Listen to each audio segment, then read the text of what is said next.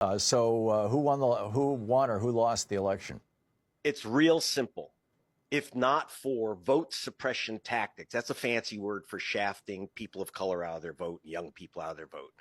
Kamala Harris would have won 3,565,000 votes. That's the number of voters that were denied the right to vote because they were purged or they were challenged or they had their provisional ballot thrown out. Let me give you some of the numbers. The reason I'm giving you numbers, and I've waited so long to make this report, is that I have to get the numbers from the government agencies, particularly something we call the Elections Assistance Commission. So people don't realize, I used to be a professor of statistics. I was a forensic economist. This is my specialty, the numbers, which I usually did for attorneys general and the U.S. Department of Justice and other government agencies. And so these are calculations I would do, and I have done for federal courts. So we had, are you ready for this? According to the Elections Assistance Commission, the official numbers, we had 4,776,706 voters purged from the voter rolls wrongly. And I'm not making this up. I had the guys from that work with the Microsoft and Amazon go through every single purged name in two states, Georgia and Wisconsin. We took those two states. And we found, for example, in Georgia, that 198,000 voters, we actually have their names and addresses were wrongly removed from the voter rolls. And you'll be shocked, overwhelmingly, voters of color. In Wisconsin, almost every voter removed by the purge was either a black voter in Milwaukee or a student in Madison. We had this brand new business this year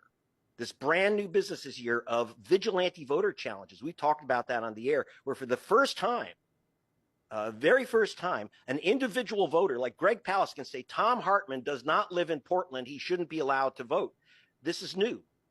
A third of a million, 317,000 voters were challenged by the beginning of August. NAACP said it was over 200,000 just Georgia alone by election day. We had 2.12 million mail-in ballots rejected, and that wouldn't mean anything if it were random. It's not random, Tom. According to the state of Washington, which did a study, you're 400% more likely to have your mail-in ballot rejected if you're black than if you're white. And Washington state has the least voter suppression of any state in the union. And according to the U.S. Civil Rights Commission, which did a study, they found that the chance of your ballot being rejected, mail-in or in precinct, is 900% higher if you're black than if you're white. We have over 500,000 votes that were spoiled. That is, they said they couldn't be read. And again, it's very, very racial. We had 1.2 million provisional ballots rejected. People think, they get this, you go in and they say, oh, you've been challenged, you've been purged, or we can't find your name on the rolls. Here, fill out this provisional ballot.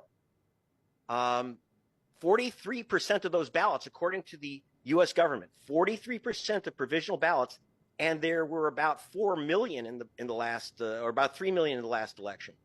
43% of those were thrown in the garbage.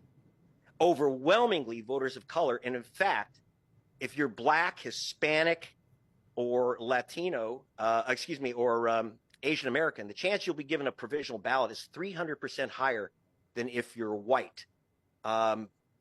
We're talking, there's some double counting here. The vote suppression factor is about 2.3%. Again, Kamala Harris would have even won the popular vote, 3.565 million extra votes. She would have won the states of Wisconsin, Michigan, Pennsylvania, and Georgia. These are pretty exacting calculations, Tom. And so she would have won with 286 electoral votes. Again, this is absent if we didn't have a vote suppression Jim Crow voting system. And I'm telling you, I work all over the world on elections, from Britain to Venezuela to Liberia. There's no other nation in the world, except for old apartheid South Africa, where we have a supposed democracies, where you have this racial, basically Jim Crow apartheid voting system, where you have massive, massive numbers of voters of color lose their vote. Also now, that's kind of widened out to, I found a massive number of young people. Again, that demographic is they're voters of color too. The color's blue because young voters, especially young women, that are targeted for the purges, to be sent to provisional ballots, had their registrations canceled or their votes disqualified, especially their mail-in ballots. NPR found that 1 in 7 mail-in ballots in the analysis they did were thrown in the garbage. Overwhelmingly, again, by the government numbers, 400% more likely if you're black than if you're white. So this is how Trump won, by racial and other forms of vote suppression. That gave him the election. And unless we restart this voting rights movement in America, 2028 is already decided. It'll be decided by Jim Crow, not by the voters.